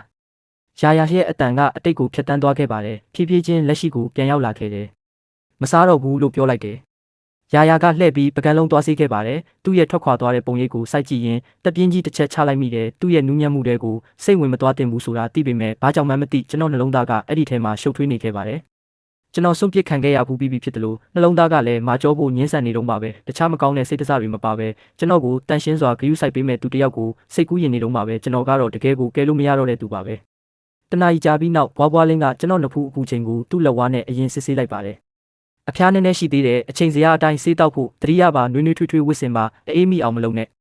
ကျွန်တော်ကောင်းချင်းပြလိုက်ပါတယ်ရာရာကအဖွားလေးနောက်ကိုလိုက်သွားပြီးဆေးဝယ်ပတ်စံရှင်းကပြန်လာခဲ့တယ်တမနက်လုံးကျွန်တော်ဟာဖျားနာပြီးစိတ်မကြည်အားရင်ကုန်ခန်းနေခဲ့တာပါရာရာကတော့ကျွန်တော်ဘေးမှာတစ်ချိန်လုံးမခွာတန်းရှိနေပြီးစကားတွေမနာတမ်းပြောနေခဲ့တာပါအီတန်ဒါလေးနားထောင်ကြည့်ဦးသူဟာဘလို့နီးနဲ့မဆိုကျွန်တော်ရဲ့အာယုံဆိုင်မှုကိုသူ့စီမှာပဲရောက်နေအောင်မနာတမ်းလှုပ်ဆောင်နေခဲ့ပါတယ်မိုးလွယ်ပိုင်းလောက်မှာတရေအိတ်လိုက်ပြီးတဲ့နောက်မှာနည်းနည်းပြန်အားရှိလာတယ်လို့ခံစားလိုက်ရတယ်တန်းဝိုင်နေငယ်တန်းပြီးကတင်ပေါ်ကနေဆင်းလိုက်ပါတယ်ရာရာကအတန်ကြားတာနဲ့လက်ကိုအလျင်အမြန်တုပ်ပြီးအနာတိုးလာကကျွန်တော်ကိုဖတ်လိုက်ပါတယ်နိုးပြီလားမောင်ပါဇက်ကနေတိုးတိုးလေးအတန်ပြူရင်းလေးလံနေတဲ့မျက်လုံးတွေကိုပို့လိုက်ပါတယ်ရာရာကကျွန်တော်အင်ဂျီကော်လာကိုပြင်ပေးရင်းဒီနေ့တောင်ပေါ်ကဆင်းကျင်လားဒါမှမဟုတ်မနှက်ဖြန်မှဆင်းမလားလို့မေးပါတယ်ခဏမြတုံဆိုင်သွားပြီးမှဒီနေ့ကေဘယ်ကားမောင်းနေတော့မယ်လားလို့မေးလိုက်တယ်မနေ့မနက်ကဝန်ထမ်းရဲ့သဘောထားကိုတတိယသွားလို့ပါအချိန်မီမရောက်ရင်နောက်တစ်ခေါက်မောင်းပေးဖို့သူ့ကိုစီးရုံးရတာတကယ်ကိုမဖြစ်နိုင်တဲ့ကိစ္စပါရာရာကကျွန်တော်လက်ကိုစုပ်ကင်လိုက်ပါတယ်မောင်းပါတယ်ညနေ9 နာရီထိမောင်းတာသူ့အထိတွေ့မှာကျွန်တော်လက်တွေအေးဆက်နေတာကိုခံစားလိုက်ရလို့ချက်ချင်းပဲအင်ဂျီတစ်ထည်ထပ်ဝစ်ပေးလိုက်ပါတယ်လီယွန်ကိုအယမ်းမနှောက်ယှက်ချင်တော့ဘူးဒီညလည်းအိပ်ပျော်မှမဟုတ်တာကြောင့်ဒီနေ့ပဲပြန်ရအောင်လို့ပြောလိုက်တယ်လီယွန်ကိုကျေးဇူးတင်စကားပြောပြီးပတ်စံအပူပေးခဲ့ပါတယ်လီယွန်ကတော့ဒေတာထွက်အထူးကုန်ပစ္စည်းအိတ်တအိတ်လုံးကိုအတင်းထုတ်ပိုးပေးလာခဲ့တာပါတို့ဆိုင်ကနေဝယ်တဲ့သူမှန်သမျှကိုအမြဲတမ်းလက်ဆောင်တစ်ခုခုထည့်ပေးလေးရှိတယ်ညှင်းဆန်ဖို့စူးစမ်းပေမဲ့လီယွန်ရဲ့အတင်းပေးနေမှုကိုမတွန်းလှန်နိုင်ခဲ့ပါဘူးကေဘယ်ကားစီးဖို့တုတ်တီးထွက်လာခဲ့ကြပါတယ်တောင်ထိပ်ကိုမရောက်ခင်မှာတင်လမ်းထောက်မှာရပ်ထားတဲ့အနက်ရောင်ကားတစ်စီးကိုအဝေးကနေတွေ့လိုက်ရတယ်မျက်မှောင်ကျုပ်ပြီးဘေးနားကရာရာဘက်ကိုလှည့်ကြည့်လိုက်ပါတယ်တို့တွေသဘောတူထားကြတယ်မဟုတ်ဘူးလားရာရာကသူ့လက်ညှိုးလေးကိုကျွန်တော်နှက်ခမ်းပေါ်တင်လိုက်ပြီးစကားဆောက်ကိုဖျက်လိုက်ပါတယ်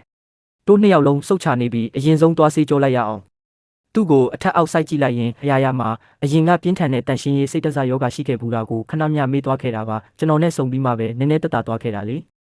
ရာရာကနှုတ်ခမ်းဆူပြီးကျွန်တော်ကိုစူးစေးစွာကြည့်လိုက်ပါတယ်မောင်အဖြစ်တွေကြီးပဲလမ်းဘေးခွေးကလေးလိုမျိုးအမြဲတမ်းညစ်ပတ်နေတဲ့ထောင်လေးတွေစီအပြေးလွှားသွားနေတာတခါမကဘူးညစ်ပတ်နေတာပဲပြီးရင်မောင်ကိုတွေးလိုက်ရတော့မပြစ်စကင်းတဲ့မျက်လုံးလေးတွေနဲ့ကြည့်တာကြောင့်နှလုံးသားကပျော်ကျသွားရတာပ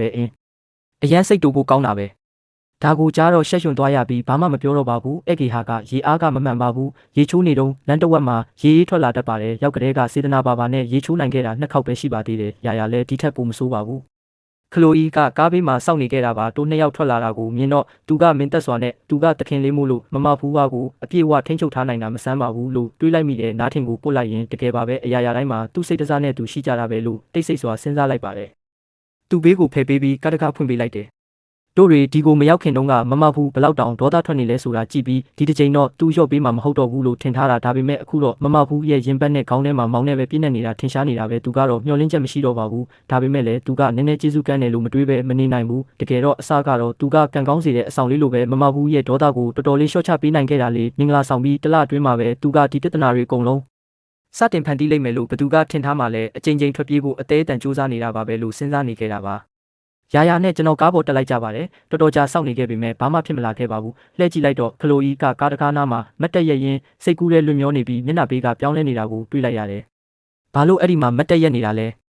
ကျွန်တော်အတန်ကြားမှပဲခလိုအီကအာယုံပြန်ရောက်လာပြီးကားပေါ်ကိုအပြာရခတ်တက်လာခဲ့တယ်ရာရာကနောက်မြို့မှာဗီလာတစ်လုံးရှိပါတယ်ရာရာခရဲ့မူလအစီအစဉ်ကပေကျင်းမြို့မှာပဲအလုပ်တွေကိုကင်တွယ်ရင်းအီတန်သူ့ဘာသာခေါင်းအေးထားပါစေဆိုပြီးတာဝန်ယူထားခဲ့တာပါဒါပေမဲ့အီတန်ထွက်သွားတဲ့ပထမဆုံးညမှာတင်လုံးဝအိမ်မရခဲ့ပါဘူးဒါကြောင့်နောက်နေ့မှာပဲအပြေးလွှာလိုက်လာခဲ့တာပါရုတ်တရက်ပေါ်လာတာကသူ့ကိုလန့်သွားစေမှာစိုးရိမ်တာကြောင့်အနီးအနားမှာဗီလာတစ်လုံးကိုကြိုတင်ဝယ်ယူခဲ့တာပါဒေတာခန်အဆက်အသွယ်တယောက်ကိုအကွာအဝေးတစ်ခုကနေသူ့ရဲ့ဘေးကင်းမှုကိုတိတ်တဆိတ်စောင့်ကြည့်ခိုင်းထားခဲ့တယ်သူရဲတယောက်တည်းရှိမှုကိုမနှောက်ယှက်ချင်ခဲ့ပါဘူးခဏကြာတော့ကားကဗီလာရှိမှထိုးရက်လိုက်ပါတယ်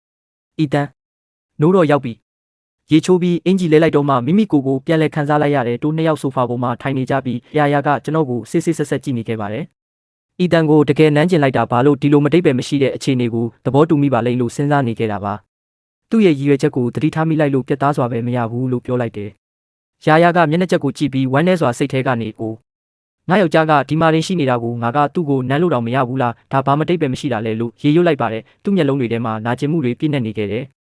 သူ့ကိုဒီလိုကြည့်ရင်ရုတ်တရက်သဘောကျစရာကောင်းတယ်လို့ခံစားလိုက်ရပေမဲ့အဲ့ဒီနောက်ဘာမဟုတ်တာကနေသူ့ရဲ့ပထမဆုံးချစ်သူကိုတတိယသွားခဲ့ပါတယ်နှုတ်ခမ်းပေါ်ကအပြုံးကဖြည်းဖြည်းချင်းပျောက်ကွယ်သွားခဲ့ပြီးရင်ဘတ်ထဲမှာစူးကနေနာကျင်သွားရတယ်ရာရာဆိုတာတခြားသူတယောက်ကိုရင်ဘတ်ထဲထည့်ထားရင်ကျွန်တော်ကိုအချစ်ဆုံးပါလို့ဟန်ဆောင်နေတဲ့ရက်ဆက်တဲ့မိန်းမတယောက်ထက်မပိုပါဘူးဘာလို့ငါ့အပေါ်ဒီလိုလုပ်ဖို့အတင်းကျပ်လုပ်နေရတာလဲ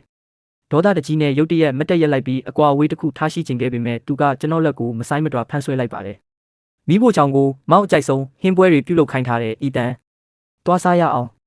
ခလိုအီကအခန်းဆိုဖာပေါ်မှာထိုင်ရင်းအလုတ်ချို့ကိုလုတ်ကင်နေခဲ့ပါတယ်စိတ်သက်သာရတဲ့အပြုံးလေးတစ်ခုသူ့မျက်နှာပေါ်မှာဖြတ်တန်းသွားခဲ့တယ်သူ့အကြည့်ကရာရာနဲ့ဆုံသွားတဲ့အခါအလင်းအမြန်မတ်တက်ရက်လိုက်ပါတယ်မမဘူးအဲ့ဒီနောက်အားလုံးထမင်းစားဖို့ထိုင်လိုက်ကြပါတယ်အရင်ကတည်းကမပြောက်ခဲ့တဲ့အကျင့်တိုင်းခက်ဖြည်းဖြည်းစားနေခဲ့မိတယ်အိမ်မှာတော့ကမိဘတွေကကျွန်တော်ကိုနောက်ဆုံးမှစားခိုင်းလေးရှိကြတာပါအကယ်၍ခဏနေစားရင်ဘာမှကြံတော့မှာမဟုတ်ပါဘူးအဲ့ဒါကြောင့်ပဲအစာအိမ်ကအမြဲတမ်းမကောင်းခဲ့တာပါဒါပေမဲ့ရာရာနဲ့မင်္ဂလာဆောင်ပြီးတဲ့နောက်သူကကျွန်တော်ကိုအမြဲတမ်းကောင်းမွန်စွာဆက်ဆံပေးခဲ့တယ်ဘာတစ်ခုမှလိုလေသေးမရှိဖြည့်ဆည်းပေးခဲ့တာကြောင့်စားတဲ့အချိန်ကဖြည်းဖြည်းချင်းပြန်နေလာခဲ့တာပါရာရာနဲ့ခလိုအီတိုးကခက်မြက်မြန်စားတောက်ပြီးတဲ့နောက်အလုပ်အကြောင်းတွေကိုတိုင်ပင်နေကြရင်ကျွန်တော်ကိုအပြင်လူမဟုတ်ပဲမိသားစုဝင်တယောက်လိုဆက်ဆံပေးနေခဲ့တာပါရာရာနော်ပေးထားတဲ့ပစုံကိုစားပြီးတဲ့နောက်တစ်ခါဖြစ်ကိုဖြည်းဖြည်းချင်းချလိုက်ရင်ဟွာပြီးလို့ပြောလိုက်တယ်ရာရာကစုပ်အိုးတစ်လုံးကိုခတ်ယူပြီးကျွန်တော်ရှေ့မှာတင်ပေးလိုက်ပါတယ်ဘာပဲဖြစ်ဖြစ်စုပ်အနှဲငယ်တောက်လိုက်ပါအစာကြေဖို့ကူညီပေးလိမ့်မယ်သူကကျွန်တော်ကိုစစ်စစ်ဆက်ဆက်ကြည့်နေခဲ့ပြီးဇုံးကိုယူကာတောက်လိုက်တော့မှပဲဂျင်းနဲ့စွာနဲ့အကြည့်ကိုလွှဲဖယ်သွားခဲ့တယ်ထမင်းစားပြီးတဲ့နောက်အခန်းထဲပြန်ရောက်တော့ကရင်ပေါ်မှာလဲလျောင်းရင်းစိတ်ကူးတဲ့လွတ်မျောနေမိတယ်နောက်9ရက်ကြာရင်ရာရာကကျွန်တော်ကိုပေချင်းမျိုးစီပြန်ခေါ်သွားတော့မှာပါအဲ့ဒီမှာဘာတွေစောင့်ကြိုနေမလဲဆိုတာမသိပါဘူးဒီရက်ပိုင်းတွင်ရာရာကကျွန်တော်ဘေးမှာတင်အမြဲတမ်းကပ်နေခဲ့တာကြောင့်ထွက်ပြေးဖို့အခွင့်အရေးလုံးဝမရခဲ့ပါဘူးထွက်ပြေးရမယ်ငါထွက်ပြေးမှဖြစ်မယ်ဒါကိုငါလုံးဝလက်မခံနိုင်ဘူးအရင်ကချစ်လှစွာအလိုလိုက်ခဲ့တဲ့မိဘတွေဘာလို့ရုတ်တရက်ပြောင်းလဲသွားလဲဆိုတာငါခုထိနားမလည်သေးဘူးရာရာရဲ့ပထမဆုံးချစ်သူကဘာတွေများအထူးသဖြင့်ရှိနေလို့သူ့ကိုလက်မလွတ်နိုင်ရတာလဲဆိုတာငါခုထိနားမလည်သေးဘူးအဲ့ဒီအချိန်မှာပဲရာရာကအခန်းထဲဝင်လာခဲ့ပါတယ်စိတ်ကူးလဲလွတ်မျောနေတာကိုမြင်တော့အီတန်ဘာတွေစဉ်းစားနေတာလဲလို့မေးပါတယ်တွေးတောနေတာတွေနှောက်ယှက်ခံလိုက်ရလို့မျက်လုံးတွေကိုဖွင့်ကြည့်လိုက်မိတယ်ဘာမှမဟုတ်ပါဘူးကျွန်တော်ရဲ့ထက်မြက်နေတဲ့အနာသက်တွေနူးညံ့သွားပြီးသူ့ကိုတုံ့ပြန်ဖို့လိုလားနေတာကိုမြင်တော့ရာရာကရဲ့စိတ်ခံစားချက်ကမတိလိုက်ပဲမြင့်တက်သွားခဲ့တာပါအီတန်ကျေးဇူးပြုပြီးထွက်ပြေးတာကိုရက်လိုက်ပါတော့မောင်ဘာလို့ချင်းလဲငါယူပေးပါမယ်ဒီစကားကိုကြားရတာများလုံးလို့နားထဲမှာအစင်းကြောင်းတွေတောင်ထိနေပါပြီဒါကိုရင်ဘတ်ထဲထည့်သလားဆိုတာတခုဒါကိုအမှန်တကယ်ယုံကြည်သလားဆိုတာကတခြားတစ်ခုပါတစ်ချိန်ကဒီစကားတွေကကျွန်တော်ကိုစိတ်လှုပ်ရှားစေခဲ့ဘူးပါတယ်ရာရာကကျွန်တော်မပါရင်မနေနိုင်ဘူးလို့ခံစားစေခဲ့တာပါအခုတော့ရေစရာပဲကောင်းနေပါတော့တယ်သူစကားတွေကစကားတွေပါပဲအတီးယူစရာဘာမှမရှိပါဘူးအရင်ကဒါကိုယုံခဲ့တာတကယ်ကိုရိုးလုံးခဲ့တာပါ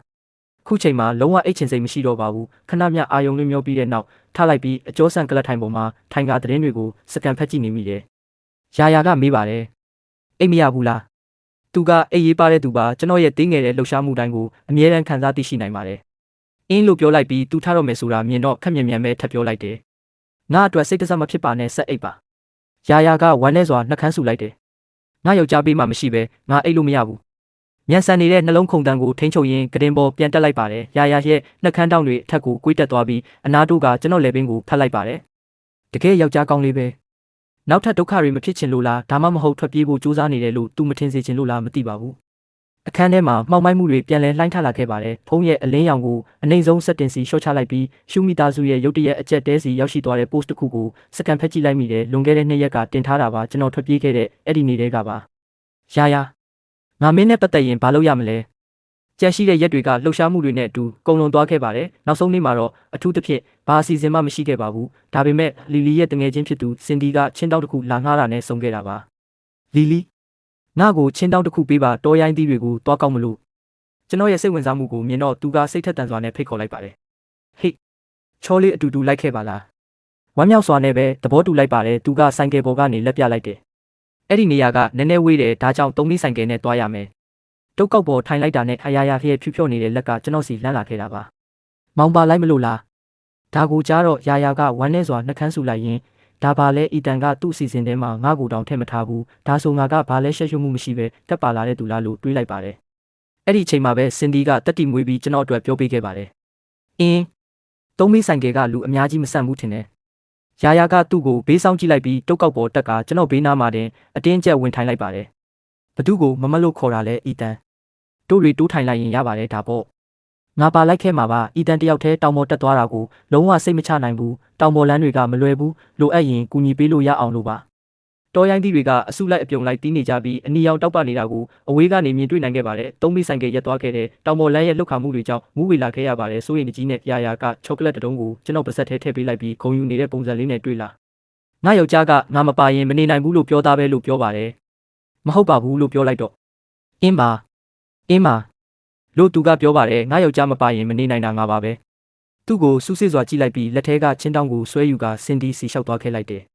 တို့နှစ်ယောက်စကားနိုင်လူနေချိန်မှာစင်ဒီကတော်တော်လေးကောက်ပြီးနေခဲ့ပါပြီဒီတောရိုင်းသီးတွေကတကယ်ကိုချုံမြင်ပြီးအည်ရှုံးပါတယ်တစ်ပင်ပေါ်ကနေဓာတ်ရိုက်စားလို့ရတယ်လို့အည်ညစ်တာဒါမှမဟုတ်အချိုပွဲတွေမှာသုံးလို့လည်းရပါတယ်တို့ရဲ့လှုပ်ရှားမှုကိုစောင့်ကြည့်ပြီးတဲ့နောက်စင်ဒီကအခြေအနေကိုနားလည်သွားခဲ့ပါပြီအိုးစုံတွဲတွေရန်ဖြစ်နေကြတာပဲသူကအကွာအဝေးတစ်ခုထားဖို့ပြင်လိုက်ပေမဲ့မိဘုံပွဲတော်တုန်းကပေးခဲ့တဲ့နှင်းစီပန်းကိုရုတ်တရက်တတိယသွားခဲ့ပါတယ်ခြေလမ်းတွေရုတ်တရက်ရက်တန့်သွားခဲ့ရတယ်မဟုတ်ဘူးဒါကိုရှင်းပြရမယ်မဟုတ်ရင်သူ့အတွက်ဒုက္ခရောက်စေနိုင်တယ်စင်ဒီစီကနေလက်အိတ်ချို့နဲ့ကက်ကြီးကိုတောင်းဆိုလိုက်စင်မှာပဲသူကစကားဆက်လိုက်ပါတယ်အဲ့ဒီညမိဘုံပွဲတော်ကနှင်းစီပန်းအတွက်မစိုးရိမ်ပါနဲ့နှစ်စက္ကန့်မြတောင်းတင်းသွားပြီးမှအများကြီးမတွေးပဲခေါင်းငိမ့်လိုက်တယ်နားထောင်နေတဲ့ရာကစကလုံးတိုင်းကိုဖမ်းဆွဲလိုက်တာပါဘာနှင်းစီပန်းလဲဘာတွေဖြစ်နေတာလဲတယောက်ကငါယောက်ျားကိုမျက်စိကျနေတာလားလို့သူစဉ်းစားနေခဲ့ပါတယ်လက်အိတ်နှစ်စုံနဲ့ကက်ကြီးနှစ်စုံကိုယူပြီးရာစီကမ်းပေးလိုက်တယ်ငါအခုတင်တစ်ခုစားကြည့်တယ်တကယ်ချိုတာပဲပြန်ယူသွားဖို့ပိုကောက်ရအောင်ခလိုအီတို့လည်းစားရအောင်လို့ကောင်းပြီလေသူကသီးတွေကိုပြန်ယူသွားဖို့ပြောနေတာပါဒါဆိုရင်သူထွက်ပြေးဖို့မစင်စားတော့ဘူးပေါ့တစ်ခက်တွေမှာစူးတွေပါတယ်တတိထားနော်လို့သူကပြောပါတယ်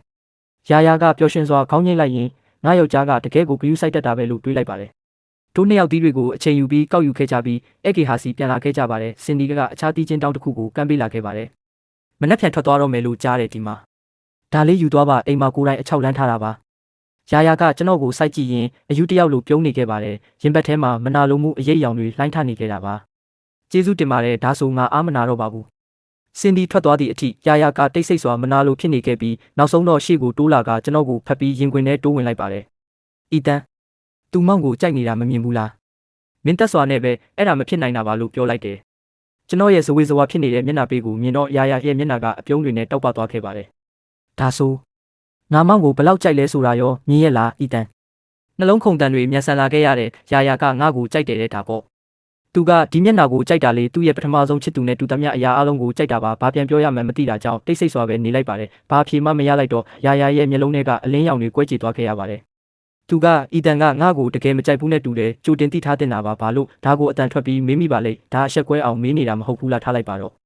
အီတန်ကငါ့ကိုမချစ်ရင်ရောဘာဖြစ်လဲငါသူ့ကိုချစ်ရင်ရပါပြီတို့တွေမင်္ဂလာဆောင်တာနှစ်နီးပါးရှိနေပြီလေအချစ်မပါပါလဲအစဉ်ပြေပြေနေထိုင်လာခဲ့ကြတာပဲမဟုတ်ဘူးလားအ ਨੇ ဆုံးတော့သူကငါ့ကိုချစ်တယ်လို့တခါတရံပြောပါသေးတယ်အဲ့ဒါတင်ငါအတွက်လုံလောက်ပါပြီလို့စဉ်းစားလိုက်ပါတယ်အကြောင်းအရာကအဲ့ဒီမှာတင်ကျသွားခဲ့ပြီးဘာမှထပ်မပြောဖြစ်တော့ပါဘူးအိတ်ချို့ကိုရှာပြီးလက်ဆောင်ဖြစ်ပေးဖို့တီးတွေကိုခွဲခြားလိုက်ပါတယ်အဲ့ဒီနောက်လီယွန်ပေးထားတဲ့ငါးချောက်တွေကိုတတိယသွားခဲ့တယ်တော်တော်လေးများတာကြောင့်ခလိုအီလိုနဲ့မျှဝေဖို့လုံလောက်ပါတယ်သူငါကြိုက်တာကိုတတိယတာပါရာကကျွန်တော်ကိုပစ္စည်းတွေထုတ်ပိုးရမှာကူညီပေးရင်ကျွန်တော်အတန်ထဲကညွှန်ကြားနေတဲ့အတန်ကိုကြားလိုက်ရလို့ထူးဆန်းတဲ့မတတ်မတာဖြစ်မှုကိုခံစားလိုက်ရပါတယ်အီတန်တို့တွေပြန်ရောက်မှပဲမင်းဘာသာခွဲခြားလိုက်ပါလားငါမှတ်မိမှာမဟုတ်ဘူးခေါင်းကိုငုံလိုက်ရင်အတန်ကနည်းနည်းတိုးဝင်သွားခဲ့တယ် လီစီကနေစာရေးဖို့စာရွက်လေးတွေတွားတောင်းလိုက်မယ်။ရာယာကကျွန်တော်စီကမတင်ကားစရာတစ်ခုခုကိုခန်းစားလိုက်ရလို့မျက်လုံးတွေကိုမြှောက်ကြည့်လိုက်ပါတယ်။အီတန်အဲ့ဒါဘာဆိုလိုတာလဲ။သူ့ရဲ့မတင်ကားတဲ့အကြည့်ထဲမှာပိတ်မိသွားခဲ့ရလို့ရုတ်တရက်လွန်ကဲစွာပြုမှုမိတာကိုတတိထားမိလိုက်ပြီးစိုးရိမ်မှုကိုဖုံးကွယ်ဖို့အိတ်တွေကိုအလျင်အမြန်ကင်တွယ်လိုက်ပါတယ်။မနှက်ဖြန်ကြရင်မေ့သွားမှစိုးလို့ပါပြီးတော့မင်းကဒီနှစ်ခုကိုကူညီပေးရမှာလေ။ခဏမြတိတ်ဆိတ်သွားပြီးနောက်သူ့ရဲ့မတင်ကားမှုကိုပျောက်ကွယ်သွားအောင်ထပ်ပြောလိုက်ပါတယ်။အများကြီးမဟုတ်ပေမဲ့ငါဘာသာသွားပေးလို့ရပါတယ်မင်းကအလုပ်ရှုပ်နေတာကြောင့်ပါ။ရာယာကကျွန်တော်လက်မောင်းကိုညင်သာစွာချိတ်တွဲလိုက်ပါတယ်။အီတန်ငါ့ကိုမလိမ္မာတာပိုကောင်းမယ်နော်။နှလုံးခုန်တန်တွေမတက်မတာမျက်စံလာခဲ့ရလို့ကောင်းကိုပုတ်ပါစွာခါလိုက်မိတယ်။မလိမ္မာပါဘူး။ကျွန်တော်ကိုဒီလိုကြည့်ရင်ရာယာရဲ့မတက်မတာဖြစ်မှုကပုံမနှက်ဆိုင်သွားခဲ့ရပါတယ်။သူကခြေဖျားထောက်ပြီးပုံမနီးကပ်အောင်ကြိုးစားလိုက်ပေမဲ့ခန္ဓာကိုယ်ကိုညင်သာစွာလွှဲဖယ်လိုက်မိတယ်။ရာယာရဲ့စိတ်ခံစားချက်ကနည်းနည်းဒေါသထွက်เสียဖြစ်သွားခဲ့ရပါတယ်။ဘာမှထပ်မပြောတော့ပါဘူး။တကောင်ရန်အထိစောင့်ဆိုင်ရင်နာယီကတကောင်ရန်ကြော်လွန်သွားတာကိုစိုက်ကြည့်နေခဲ့ပြီးမှတရားဝင်အကြောင်းပြချက်တစ်ခုနဲ့နှက်ခမ်းကိုဖိကပ်နှမ်းလိုက်ပါတယ်မျက်လုံးတွေကိုဖွင့်ကြည့်လိုက်တော့မောပန်းပြီးရှုပ်ထွေးနေတာကိုတွေးလိုက်ရတဲ့အနှဲငယ်အပြစ်ရှိစိတ်နဲ့ပဲအီတန်ပြန်အိတ်တော့မနှက်ဖြန်စောစောထွက်ရမယ်လို့ပြောပါတယ်စကားမပြောနိုင်ပဲတစ်ဖက်လက်ကပြန်အိတ်လိုက်ပါတယ်ရာယာရဲ့စောစောဆိုတဲ့စိတ်ကူးကကောင်းကင်ကြီးလုံးဝမလင်းသေးခင်မှာဖြစ်လိမ့်မယ်လို့လုံးဝမထင်ထားခဲ့ပါဘူးအိတ်ချင်စိတ်တွေကြန့်ရှိနေသေးချိန်မှာပဲသူကကျွန်တော်ကိုနှိုးလိုက်တာပါစိတ်တူတူနဲ့ခေါင်းကိုကုပ်ပြီးကိုကိုဆွဲထားလိုက်ပါတယ်စောသေးပေမဲ့မြို့ထဲကလူအများစုကတော့တနေ့တာအလုပ်တွေကိုစတင်နေကြပါပြီမနှက်စာရပြီလို့လီလီရဲ့အတန်ကထွက်ပေါ်လာခဲ့တယ်စားပြီးတဲ့နောက်လမ်းဘေးမှာစောင့်နေတဲ့တိတိတတ်တာမောပန်းနေတဲ့ခလိုကြီးကိုတွေ့လိုက်ရပါတယ်သူကမနက်မိုးလင်းခါစားမှာပဲမမောက်ဘူးစီကဖုံးလာလို့လန်နိုးသွားခဲ့ရတာတခင်လေးထက်ထွက်ပြေးတာများလားဆိုပြီးအပြေးလွှားလာခဲ့တာဒါပေမဲ့ဘာမှမဖြစ်ခဲ့ပါဘူးအရန်အိတ်ချင်တာပဲလို့စဉ်းစားနေတာပါကားပေါ်ရောက်တာနဲ့ရာယာခါကသူ့ကိုခက်အေးအေးစောင်းနေကြည့်လိုက်ပါတယ်မောင်းတော့ပြတင်းပေါက်အပြင်ဘက်ကလမ်းတွေကိုစိုက်ကြည့်ရင်ရင်ဘတ်ထဲမှာရှုပ်ထွေးတဲ့ခံစားချက်တွေတိုးပွားလာခဲ့တယ်ခါယာကတိတ်ဆိတ်စွာပဲကျွန်တော်နာတိုးကပ်လာခဲ့ပါတယ်သူ့ဘက်လှည့်ကြည့်လိုက်မိတယ်မင်းမငါ့ကိုပေချင်းမျိုးစီအတင်းပြန်ခေါ်သွားဖို့အခွင့်အရေးအပြည့်ရှိတာကိုဘာလို့ဒီမှာတစ်ပတ်လုံးငါနဲ့အတူအချိန်ဖြုံးနေတာလဲရာယာခရဲ့လက်ချောင်းလေးတွေကကျွန်တော်အင်ဂျီလက်ဆက်ပေါ်တင်းကျပ်သွားခဲ့ပြီးအတန်ထဲမှာနာကျင်မှုအရေးအယောင်ပါရှိနေခဲ့ပါတယ်။မောင်ကိုအရန်ဖိအားပေးမိရင်မောင်ငါကိုဘဝမှာနောက်ထပ်ဘယ်တော့မှမတွေ့ချင်တော့မှဆိုလိုပါ။တို့တွေလှုပ်ခါနေတဲ့လမ်းအတိုင်းဖူးမိသားစုရဲ့ဗီလာစီပြန်လာခဲ့ကြပါတယ်။ရာယာကကျွန်တော်ဘေးမှာထိုင်လိုက်ပါတယ်။အီတန်မောင်ကမောင်ကိုမောင်ဂျူလီယန်ချင်းရဲ့အစားထိုးခံတယောက်ပဲလို့အမြဲတမ်းယုံကြည်နေတာမဟုတ်ဘူးလား။မျက်လုံးတွေကိုငုံလိုက်ရင်ခါးသီးတဲ့အပြုံးတစ်ခုနှက်ခမ်းပေါ်ဖြတ်တန်းသွားခဲ့တယ်။ငါဘာထက်စဉ်းစားရမှာလဲမင်းရဲ့ချစ်လှစွာသောပထမဆုံးချစ်သူကအိမ်ပြန်လာတော့မှလေငါဒီမှာရှိနေတာကအမြဲတမ်းအပူပဲဖြစ်နေမှာပါသူကပြောပါတယ်ငါငယ်စဉ်ကမတိနားမလဲပဲသဘောကျခဲ့တာပါသူ့အပေါ်ဘာအချစ်စိတ်မှမရှိခဲ့ပါဘူးမောင်နဲ့မင်္ဂလာဆောင်ပြီးကလေးကငါနှလုံးသားကိုလှုပ်ရှားစေခဲ့တာမောင်တယောက်တည်းပါပြီးတော့ဂျူလီယန်ကလည်းသူ့ဘာသာကြီးညာချက်ထုတ်ပြီးသွားပါပြီလို့တွေကတာမန်မိတ်ဆွေတွေထက်မပိုပါဘူးတဲ့ online ကတပ်ပုံတွေက promotion ပွဲတစ်ခုက stage တပ်ပုံတွေပါမောက်လက်မှာစွပ်ပေးခဲ့တဲ့လက်ကောက်ကလည်းမောက်စီမှာတစ်ခုခုဖြစ်သွားမှစိုးလို့ပါအရေးပေါ်အခြေအနေမှာဘေးကင်းဖို့အတွက်တီနေရကြည့်တာပါမောင်ကိုစူးစမ်းဖို့မဟုတ်ပါဘူးလက်ကောက်ပြင်ပေးတဲ့အဖိုးကြီးကငါနှစ်ပေါင်းများစွာတီးခဲ့တဲ့သူပါမောင်ချွတ်ချင်တဲ့အချိန်ကြရင်ချက်ချင်းချုပ်ပေးဖို့သူ့ကိုအထူးမှထားခဲ့တာပ